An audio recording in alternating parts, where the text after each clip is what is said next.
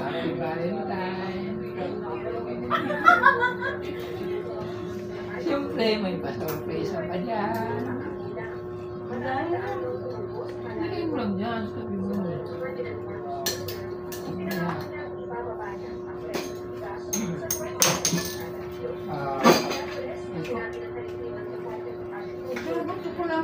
Oo, siyempre, sabay muna tayo inom. Valentine's Day pa sa'yo. Okay. Magkaiba tayo ng baso Kung gaganon ko, may natin. Kang kupal ka? Dali na! Ayoko ng ganyan. Yung simple lang. Para na yun. Nagwawa na tuloy yung anak mo. Tapos mo na ito. Tapos ganyan yun. Kasi. Happy birthday.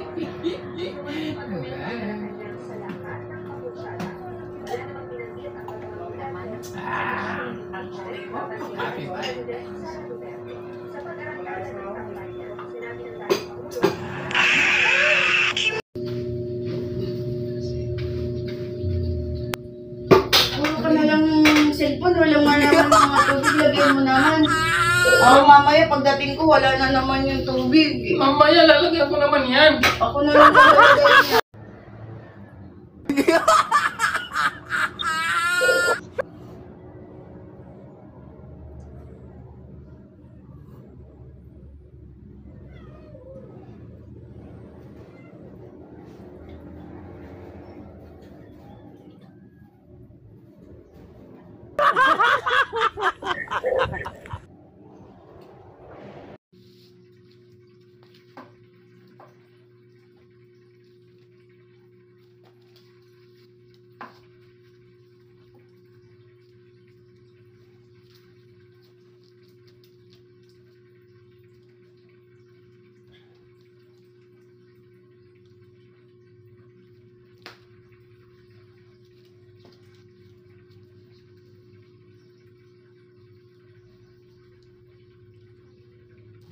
Yuhu! Sarap pala bumiyahe.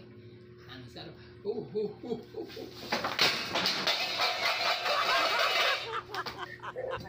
Rahil, kilala mo na kung sino ako. Oh! Ikaw yung kakambal na pulis na tinumba ko. Matinik pa naman sana utol mo. Kaya lang, taga-salo lang pala ng bala. Isipin mo, 12 tingga ang kinain ng kanyang katawan. Di ba, George? Oo, Nonong. Wala pa naman binirang sumablay Kaya pag-isip mo Mary, huwag mo na ituloy. Baka magaya ka pa sa utol mo. Aywan ko lang.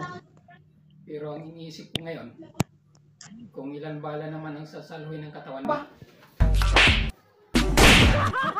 Hindi mo na kita pupuruan ngayon. Sabihin mo sa mga kasamahan mo, isusunod na sila. Nagustuhan niyo ba? Huwag mong kalimutan mag-like, i-share na rin ang ating video. Thank you! Wala akong utang na loob na kahit sino dito. Ganun ba? Alam mo kung ano ka? Isa kang bugok na itlog. Isa kang bugok sa isang kaing na itlog.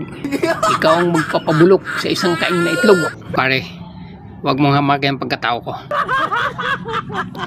Hindi ko hinahamak ang pagkatao mo hirap. Hindi ako naniniwala.